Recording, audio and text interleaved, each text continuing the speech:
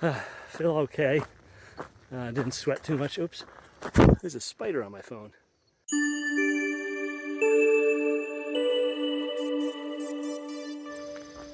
Good morning, campers. Just leaving the Middle Creek Campground. That's receding in the background there.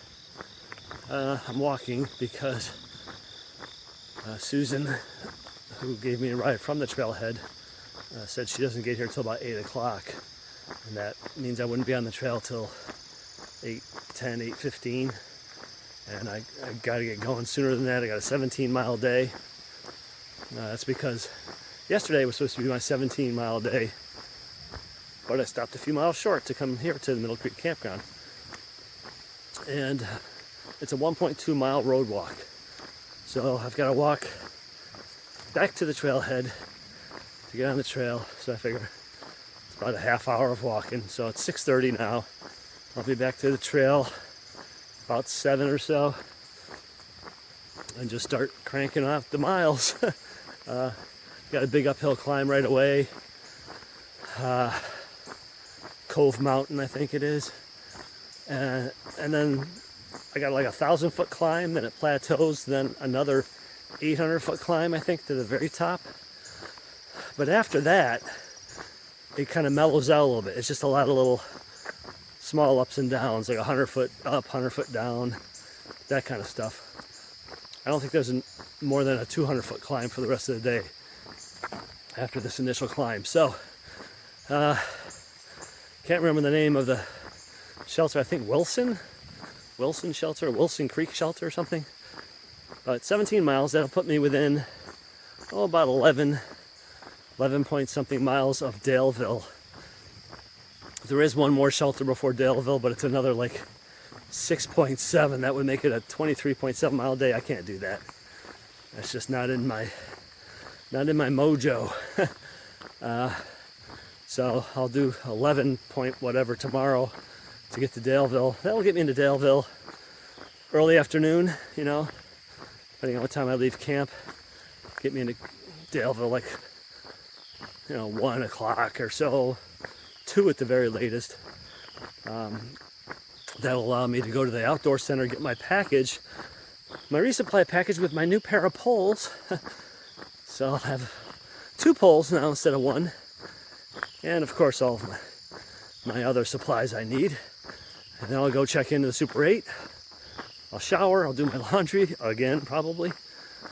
And then I'll go get something to eat, and then I'll go buy my resupply to get enough food to go to Pearisburg. That's where I'm going to take my next zero at the Angels Rest Hostel in Pearisburg. I think it's a solid week of hiking between Daleville and Pearisburg. I think it's like a little over 100 miles.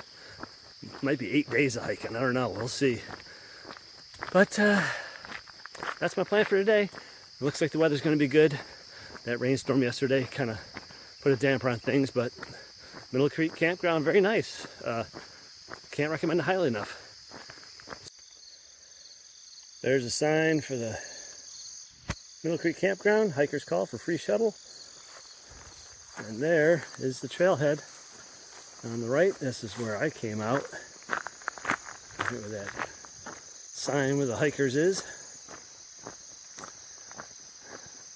And then next to it, that little gravel patch, that is the little parking area where the shuttle picks you up, right there. That's coming south. This is the bridge over Jennings Creek. The trailhead is past it, so northbounders could stop down there on the north, where the northern bound trail dumps you out, and you can see here's a blaze on the end of the guardrail. So, kind of a misty, foggy morning, as you can see. There in the hills, I think that'll burn off soon. Relatively cool right now, but you can tell there's still some moisture in the air from the rain yesterday. And here's Jennings Creek, right there. Looking pretty low still. We didn't get that much rain. It only rained for about 15 minutes. So, we'll see how the water sources are today. Okay, it's 10 minutes after 8, and I just checked my position because now is about the time I would have gotten started had I waited for the shuttle. from the Middle Creek Campground. Susan said she usually gets there about 8. So say she gets there, I meet her with my pack and throw it in the truck, and she drives me down, and then I gotta make sure everything's good with my pack. So let's say it was 8:10 when I get on the trail. So in that amount of time, I've come 2.8 miles. So in about an hour and 15 minutes. And a lot of this has been uphill, so that's kind of surprises me, to be honest with you. I've covered that much ground, but hey, I'll take it. So, that's 2.8 miles that I would have lost out on, at least that hiking time. That would have been tough to make up at the end of the day. So I'm glad I left early. It was an easy road walk, 25 minutes, 1.2 miles, 25 minutes, because it was all flat or slightly downhill. And there was no traffic. It was just a backcountry road. One car passed me the whole 25-minute, 1.2 mile walk. And it was a pickup truck with hunting dogs in the back. They were out training their hunting dogs. So, I'm glad I left early. I left right at 6:30, got to the trail just before 7, and here I am, 10 after 8, and I'm already almost 3 miles in. So I'm happy about that. Cove Mountain Shelter is only about 0.3 of a mile ahead. I'm gonna stop there, have a snack. There's no water there. I'll sign the register. I gotta reorganize my pack. Something's digging into my back. I think I know what it is, so I just have to rearrange a couple things, and then I'll be on my way. So talking like a quick 10-minute break here. Then I'll be looking for my next water source, which is about another 3 miles or so farther down the trail. There's a sign indicating the shelter, and there's a side trail to it, and you can see it right down there on the right. Okay, I was just about to leave when I noticed that this bar had completely popped out. I noticed the top of my pack looked all misshapen and malformed, and I saw, oh my God, this metal bar going across had completely pulled out. There's 2 others. There's one here, and there's one down here. You can't quite see it. It's right there. It goes all the way across the hip belt right there. This one has popped out before too, but I put it back in and it's been fine. This one I just had to put back in. I hope I did it right. I think I might go underneath this piece of fabric, but I can fix that later. But that's a little disconcerting. Boy, I hope this pack doesn't, crap the bed before I finish this hike. That would really put a damper on things if I suddenly had to buy another backpack just, a few hundred miles from the end of this trip. So I'm gonna have to keep an eye on things, make sure nothing else goes wrong. It's not often you get to see that far down the trail. The trail usually winds around, so to see like a tunnel, a straight shot of trail with like a light at the end of the tunnel is kind of cool. Okay, so I think I'm at the highest elevation point of the day. Cove Mountain. There's Little Cove and then Cove, so it's like a double peak. You reach one peak and then you kind of go down a little ways. Not much, maybe 100 feet elevation drop. And then you go back up again. So the next peak, which is about the same elevation, and then you're down. So that's my highest point of the day.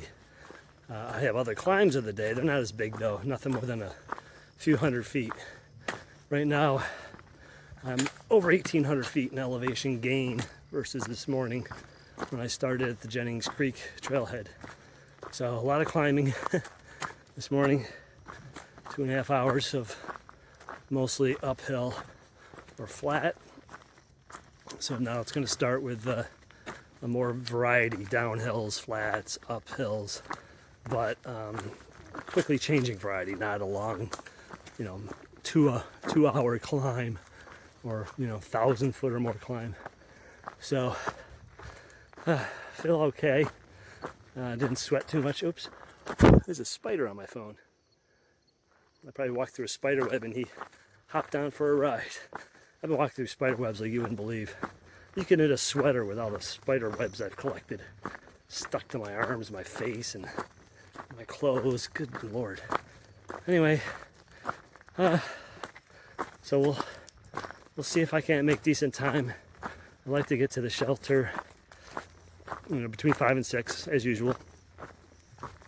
And I got to get water on the way. I guess the water source there is not very reliable, so I may need to carry water for a few miles again.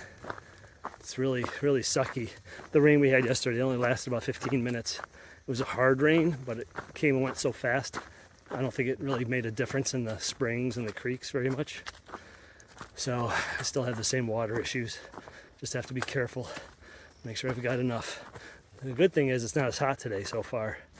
I think the rain cooled things off a little bit. It feels like, upper 70s in the shade maybe. Not quite as muggy. I still sweat when I go uphill, but it's better than yesterday. It's better than the last few days. So I'll take what I can get at this point. So I just checked AWOL guide because I was curious how far it is between Daleville and Pearisburg. Daleville is where I'm staying tomorrow night at a Super 8 motel, and I can get my resupply box and buy some food. A couple of mini marts there, go to a restaurant for dinner, etc. And then Pearisburg is where Angel's Rest Hostel is. That's where I'm going to take a zero. That's where my bounce box is. That's where I'll get another resupply box. It's 106 miles. To get from Daleville to Pearisburg in 7 days, that would mean hiking about 16 miles a day. I think is what it works out to. Well, really 15 miles a day for 7 days, or about 16 miles a day for 6 days, and then 10 miles the 7th day. In any event, I don't think I could do it in 6 days. That would be about 17 and a half miles a day or something like that. So I have a decision to make.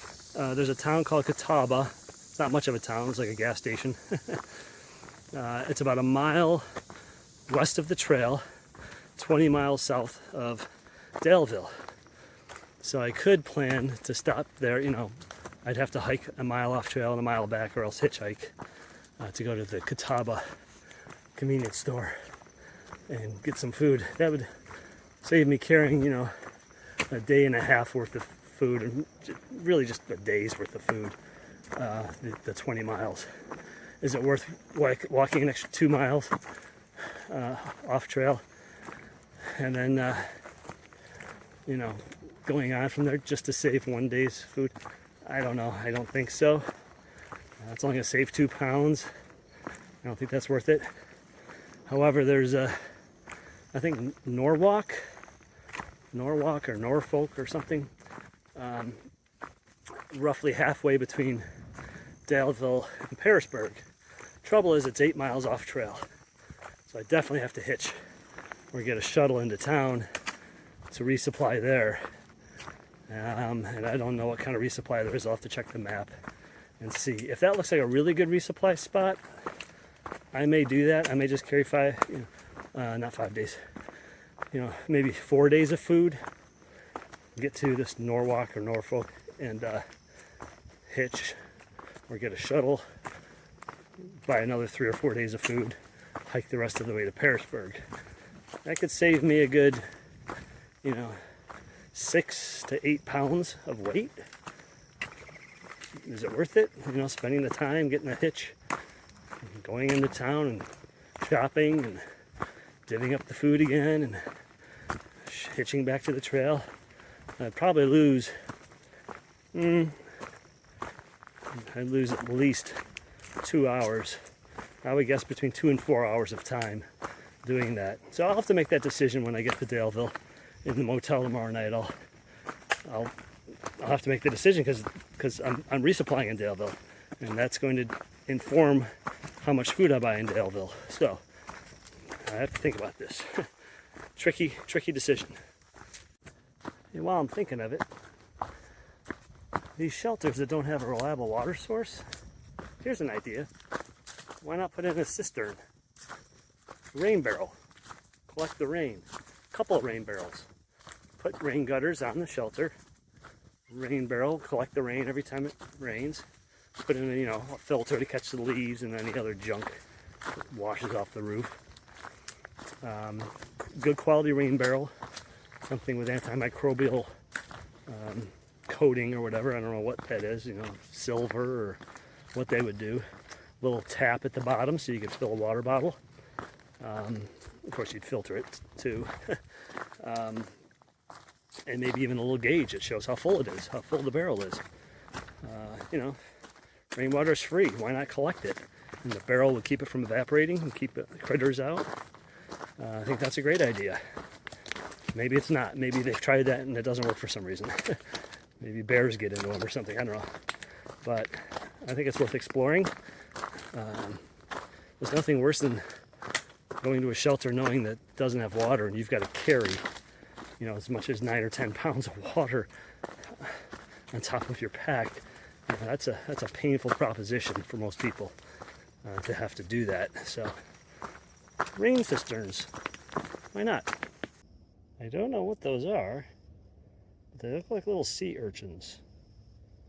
Some kind of, I don't know, some kind of moss, fungus or something. Very interesting. So I am 3 hours into my hike and I've come 6.1 miles.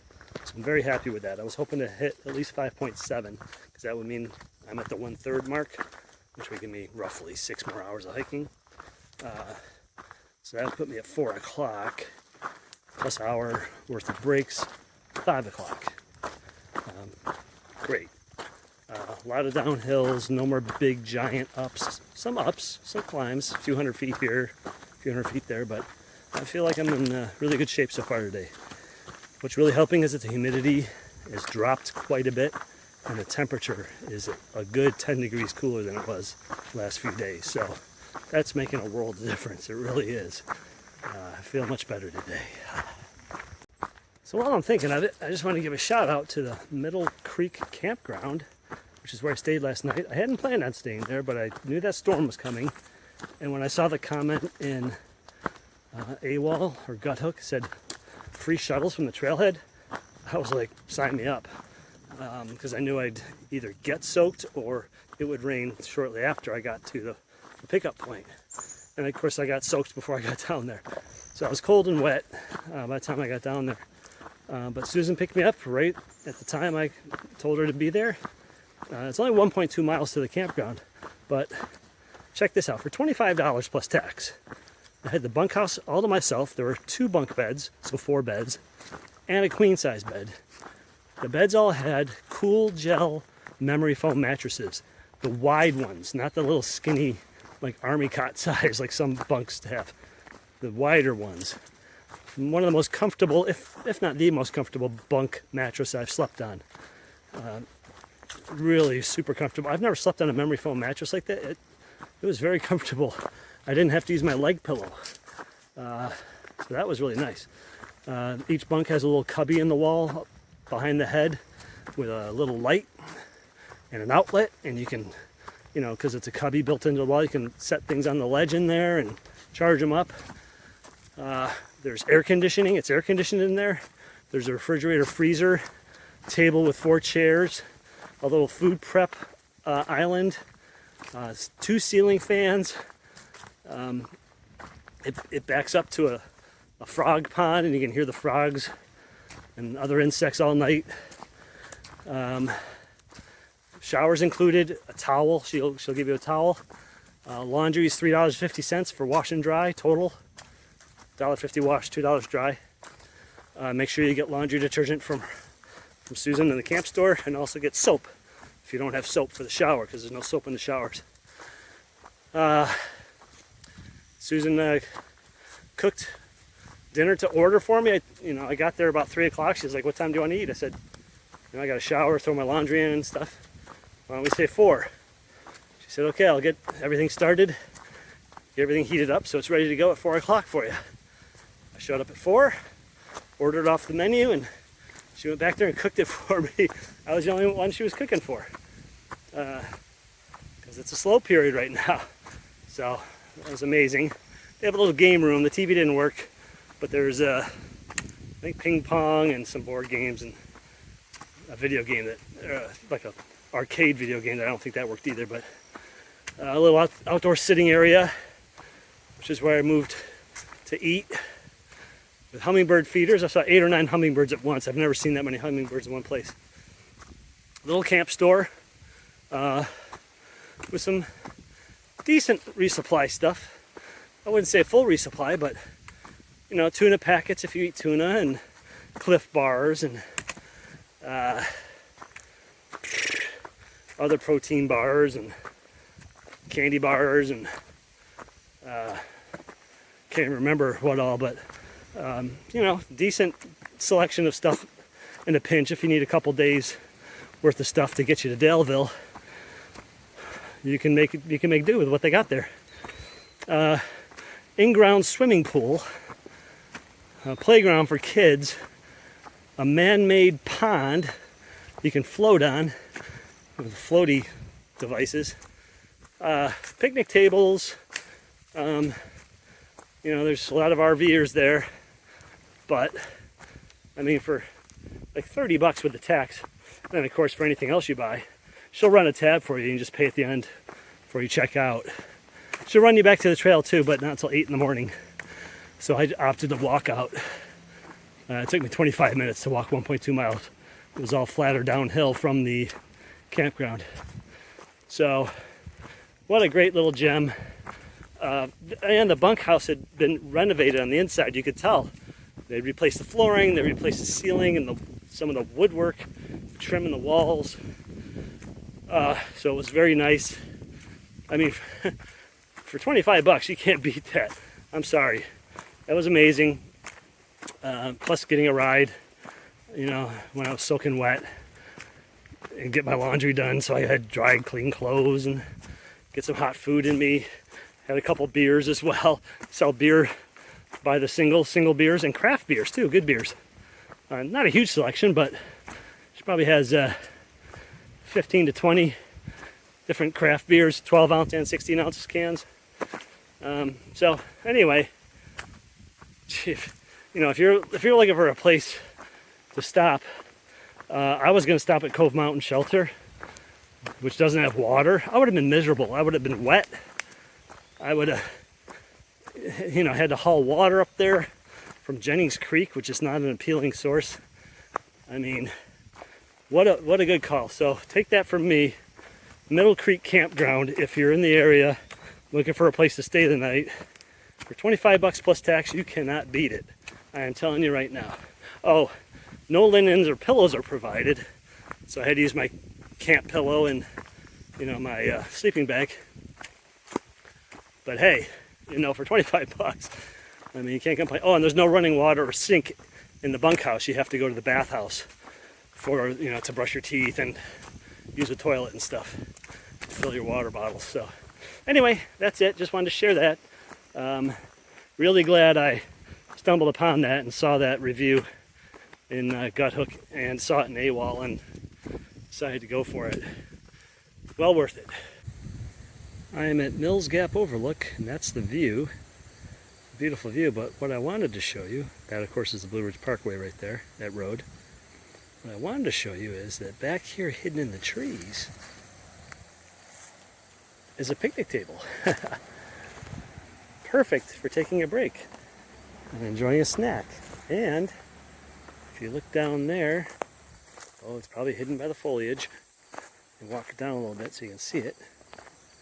But over to the right, bingo, trash can.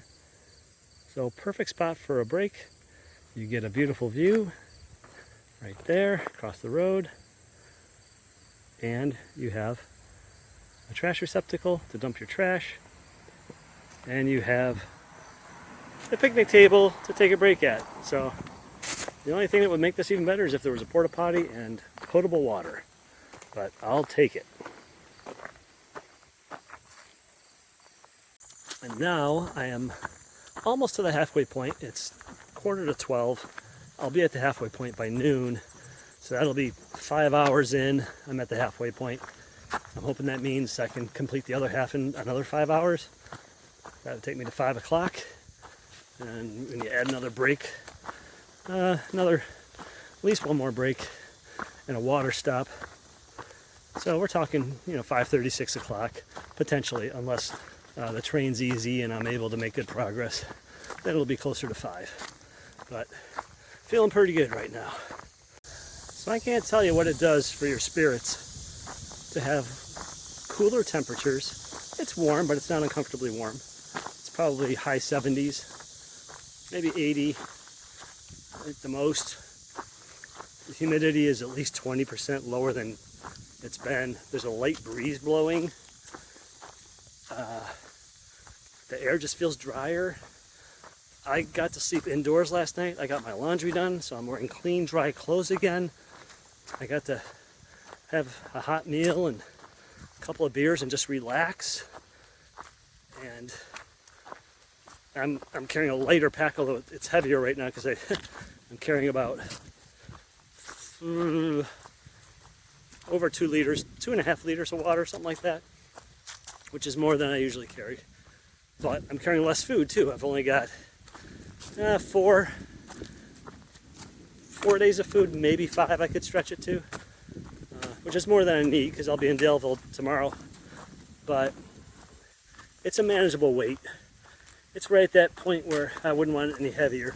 I'll feel better when I've drank some more of my water, but I'm not drinking as fast today because I'm not sweating as much. It's just I'm not sweating. That's the big thing.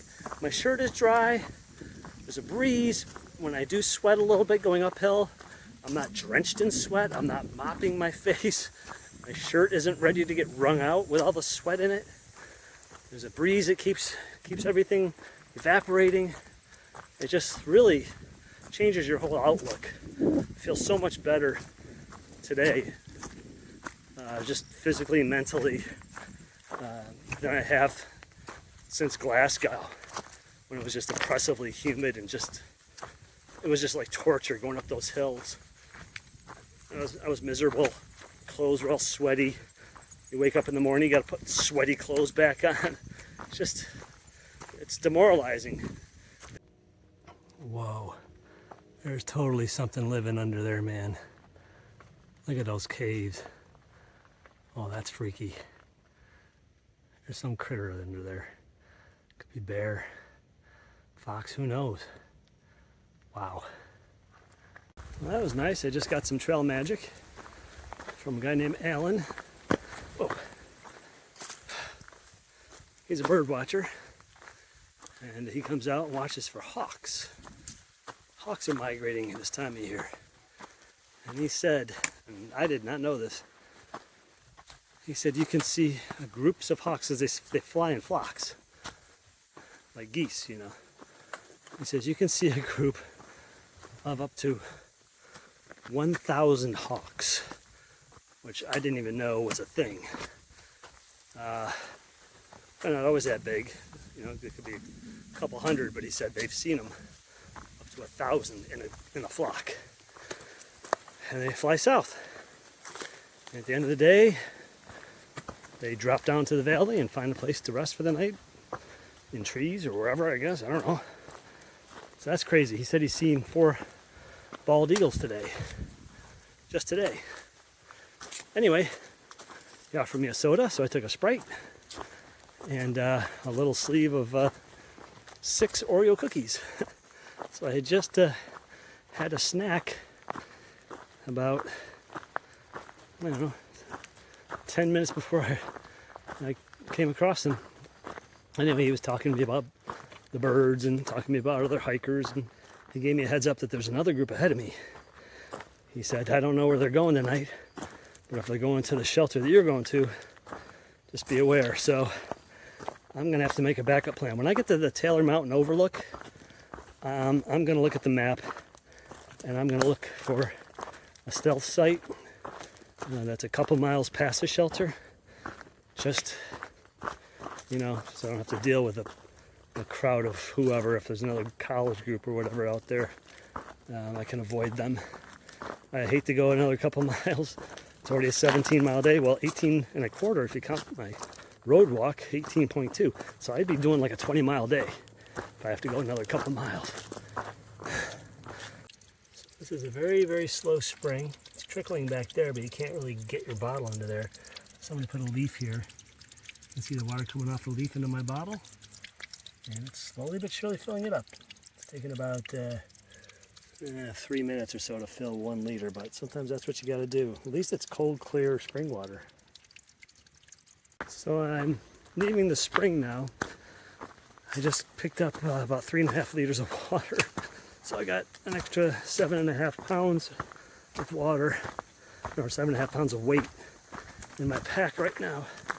But I'm only about a half mile from the shelter. So hopefully there won't be a group there and I won't have to push on. I do not fancy having to walk another even half a mile, much less another 2 miles, or 1.8 I think it is. That's the farthest I would possibly go. I should be there by 4:45, and I'll see what the situation is, and I'll have to make a decision very quickly because I want to get to wherever I'm going to be camping no later than 6.